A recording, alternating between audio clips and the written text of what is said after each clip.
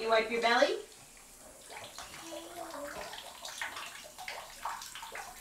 Can you wipe your back? Having worked with parents for the past 2 decades, what I know is the parents feel more whole when they're able to appropriately parent. All families should be together, and so that's the goal. I think that's the goal of the state, and that's the goal of Passage Point. You ready?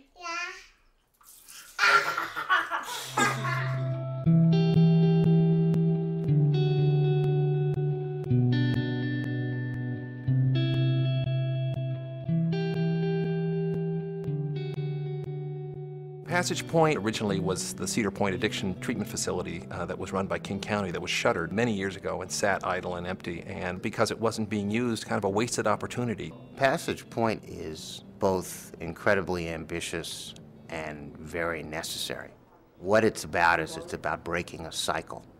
It's taking women who have already become involved with the prison system, whose children are already involved with foster care, and giving them a second chance. We knew from the research that the Housing Authority had commissioned that there was a real gap in services for single parents in the correction system in particular, coming out of serving their time and coming back into the community and reuniting with their children. And so what it does is it provides an opportunity and a place for moms primarily to gain stability in the community, to gain new skills, to focus on what it is they want to do next in terms of job and a career, to bond and reunite and reattach to their children, their young children with whom they may have not had contact for a while, but whom they need to learn how, again, to continue the role of being an effective parent for their children. Maybe it might be helpful to write down some questions you have, and because there might even be a waiting list. Yeah, so that's true too. I think that. So it starts with giving people a home, giving them that security.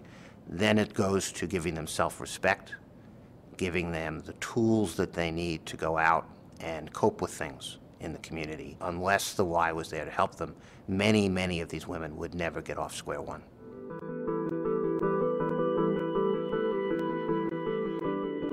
The bottom that meth took me to, I didn't even think was imaginable for a human being. I had no idea that a life would look like that, you know?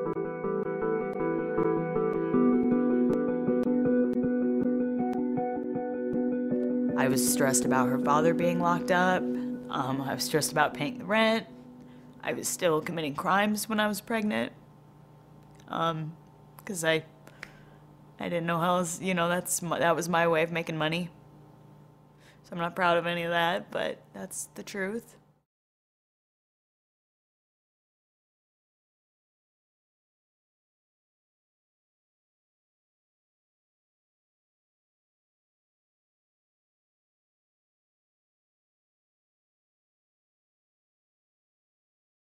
Instead of dealing with all of this and knowing that I had an infant daughter in the hospital and criminal charges and CPS, I walked out this front door and got higher than I ever have my whole entire life. That was my way of when I thought about, oh, I just gave birth. It should be a joyous time. But for me, it was the worst time of my life. 100%. This is the stuff where the healing has to come in, because I will beat myself up for that period of time, for what I did to my family, for Rebecca, for what I did to the community. Haven't really allowed myself to feel what those days felt like in a long time. But I can tell you that when I was arrested, I was extremely relieved.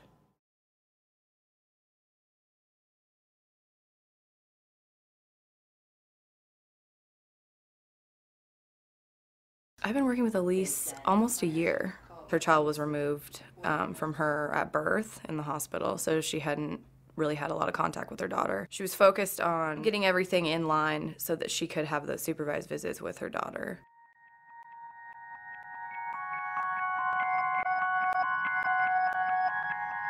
I think she was about 11 months.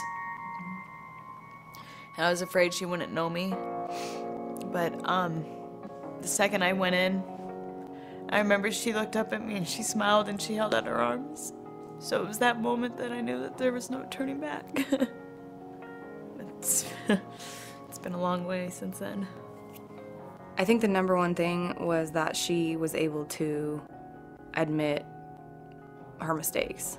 She was able to see that. She was able to see that she couldn't be clean and sober on her own. She couldn't do it on her own. I'm really grateful to every single professional and support network that I've had through this process that spoke up and used their voice and gave me an opportunity for change. Because if all those doors just closed on me, I wouldn't be able to sit here today.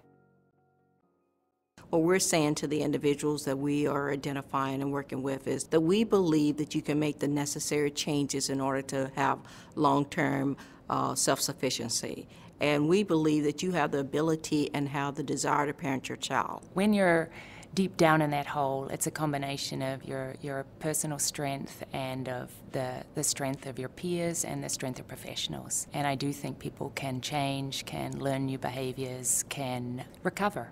The YWCA has such an extraordinary history, a history that is really focused on a number of things that are totally aligned with the goals of Passage Point. They're focused on strengthening families. They're focused on ending homelessness. They're focused in particular on strengthening women and children in our communities. Those three deep, deep commitments that the YWCA brings to the table created, I think, the perfect opportunity for them to assume a leadership role for Passage Point. For me, I believe it's like a choice. We have a choice in the morning. We have a choice to lie to people. We have a choice to use. We have a choice to surround ourselves around people that aren't going to do any good for us. I choose recovery. I choose my daughter. I choose trying to build a foundation for our lives ahead of us, you know? Sitting in court in shackles and not meeting my daughter, you know, it's kind of in the back of my head. So that's why conveying the message that you can get better, you can overcome your demons, you know, and have peace. You know, I had no idea that I could ever be able to experience so much joy, and I just couldn't imagine what my life would be like without Rebecca.